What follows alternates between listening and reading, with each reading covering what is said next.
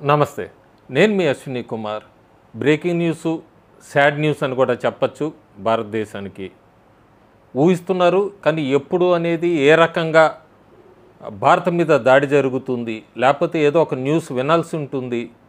జ్యోతిష్కులు, వీళ్ళు యాస్ట్రాలజర్స్ అందరూ కూడా ఎప్పటినుంచో ప్రిడిక్షన్లో కూడా గత 3 నెలలుగా హెచ్చరిస్తూనే ఉన్నారు.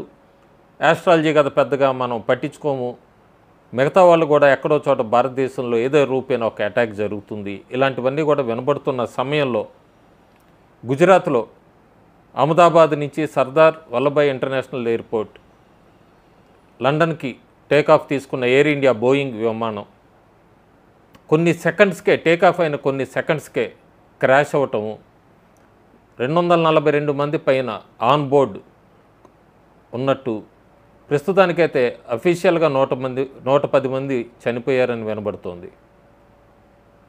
టేకాఫ్ తీసుకున్న కొన్ని సెకండ్స్కే క్రాష్ అవటం, ఇదంతా కూడా పలు అనుమానాలకి తావిస్తోంది. ఏదైనా ఇన్వెస్టిగేషన్ తర్వాత మొత్తం నిజాలు వెలుగులోకి వస్తాయి.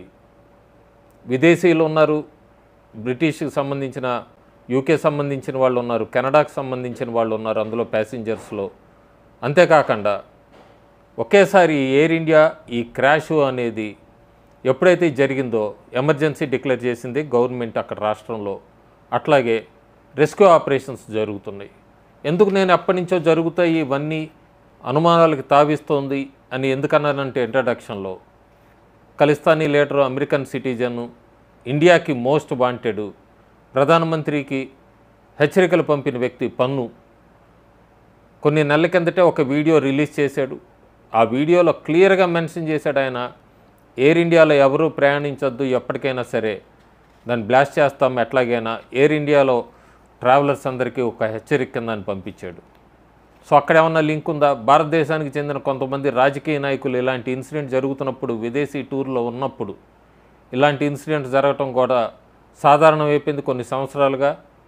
ప్రస్తుతానికి భారతదేశానికి చెందిన కొంతమంది రాజకీయ నాయకులు విదేశీ పర్యటనని వెళ్ళారు. భారతదేశంలో ఇలాంటి కుట్రకోణం ఖచ్చితంగా దీని వెనక ఉంటుంది, అది బయటకు వస్తుంది. ఇలాంటి ఇన్సిడెంట్ జరగటం ఇదంతా కూడా పలు అనుమానాలకు తావిస్తోంది. యాస్ట్రో శర్మిస్తా అనే ఆవిడ ఎప్పటి నుంచో కూడా ఈ ప్రిడిక్షన్ ట్వీట్స్ మీద ట్వీట్స్ పెడుతోంది. ఆవిడ క్లియర్గా చెప్పింది, high prediction of plane crash and destruction in aviation 2025 అని ఆమె ట్వీట్స్ మీద ట్వీట్స్ పెడుతోంది. అంతేకాకుండా ఎక్స్సిఐఏ ఎప్పుడో కూడా చెప్పారు, కేవలం 2 నెలల కిందటే, biggest attack that India will ever see on its soil is currently ఆఫ్ఘనిస్తాన్లో ప్లాన్ జరుగుతోంది. ఆఫ్ఘనిస్తాన్లో ఈ ఏవియేషన్కి సంబంధించి ఎప్పుడూ కూడా భారతదేశం మట్టి మీద జరిగింది ఒక కుట్ర అయితే పెద్ద ఎత్తున జరుగుతుందని అమెరికాకు సంబంధించిన ఎక్స్సిఐఏ సారా ఆడమ్స్ ఆవిడ కూడా కొన్ని నెలల కిందటే ట్వీట్ చేసింది, ఆఫ్ఘనిస్తాన్లో ఇట్లా కుట్ర జరగబోతుందని.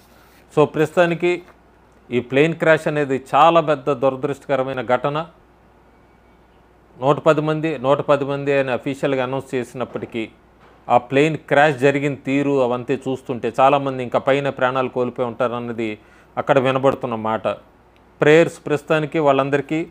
దీని వెనక కూడా ఇంకా ఒక పక్క టర్కీకి మనకి కూడా యుద్ధ మేఘాలనే చెప్పచ్చు. ఆపరేషన్ సింధూర్ టైంలో టర్కీ ఓపెన్గానే అక్కడ పాకిస్తాన్కి మద్దతు తెలపటం ఇవన్నీ నడిచిన సందర్భంలో ఈ అహ్మదాబాద్ ఎయిర్పోర్ట్లో కూడా ముఖ్యంగా ఈ ఎయిర్ ఇండియా దీనికి సంబంధించి టర్కిష్ కంపెనీ సెలబీ ఏవియేషన్ వీళ్ళు మేనేజ్ చేస్తూ వచ్చారు. ఇప్పటిదాకా అహ్మదాబాద్ ఎయిర్పోర్ట్ని, గ్రౌండ్ హ్యాండ్లింగ్ సర్వీసెస్ అంతా కూడా అహ్మదాబాద్ ఎయిర్పోర్ట్లో వీళ్ళే ఉండేవాళ్ళు.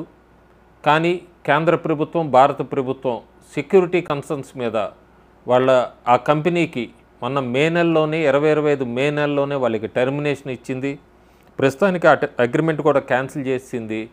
మే 2025 ఒక ఆపరేషన్ సింధూర్ అవన్నీ నడిచాక ఈ టర్కిష్ కంపెనీ సెలబీకి అహ్మదాబాద్ ఎయిర్పోర్ట్కి సంబంధించి వీళ్ళందరికీ గ్రౌండ్ హ్యాండ్లింగ్ సర్వీసెస్ నుంచి టర్మినేట్ చేయటం, వీటి వెనక కూడా ఏమైనా కుట్ర కోణాలు ఉన్నాయా?